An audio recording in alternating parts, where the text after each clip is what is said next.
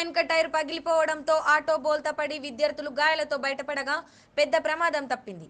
జన్నారం మండలం రోటిగూడ గ్రామం నుంచి 9 మంది విద్యార్థులు జన్నారంలోని ప్రభుత్వ బాలికల పాఠశాలకు వస్తుంటారు. ఎప్పటిలాగే గురువారం ఆటోలో వస్తుండగా జన్నారం సమీపంలోని జింకల పునరావాస కేంద్ర సమీపంలో ఆటో వెనుక టైర్ పగిలింది. దీంతో ఆటో 3 పల్టీలు కొడుతూ బండరాయిపై పడి ఆగింది. అందులో ప్రయాణిస్తున్న చేపూరి కమల, నీరెటి రమ, డ్రైవర్ నగేష్లకు తీవ్ర గాయాలు కాగా మరో 6 విద్యార్థులకు స్వల్ప గాయాలయ్యాయి. ఆటో బోల్తాపడి నుజ్జునుజ్జైన తీరును పరిశీలిస్తే పెద్ద ప్రమాదం నుంచి విద్యార్థులు బయటపడ్డట్లు తెలుస్తుంది. వెంటనే గాయపడిన వారిని 108 ద్వారా లక్షపేట ఆసుపత్రికి తరలించారు.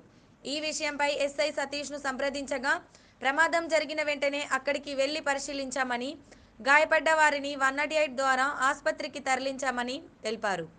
ఈ ప్రమాదంపై ఇప్పటి వరకు ఎవరూ ఫిర్యాదు చేయలేదని ఎస్ఐ తెలిపారు.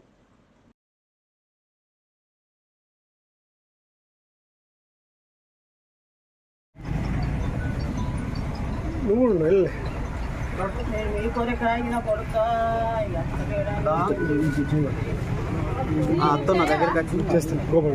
గోపాల్ చేస్తాను. ఎవరు తిరుగుతూనే గోపాల్ ఏం కదా చిన్నది.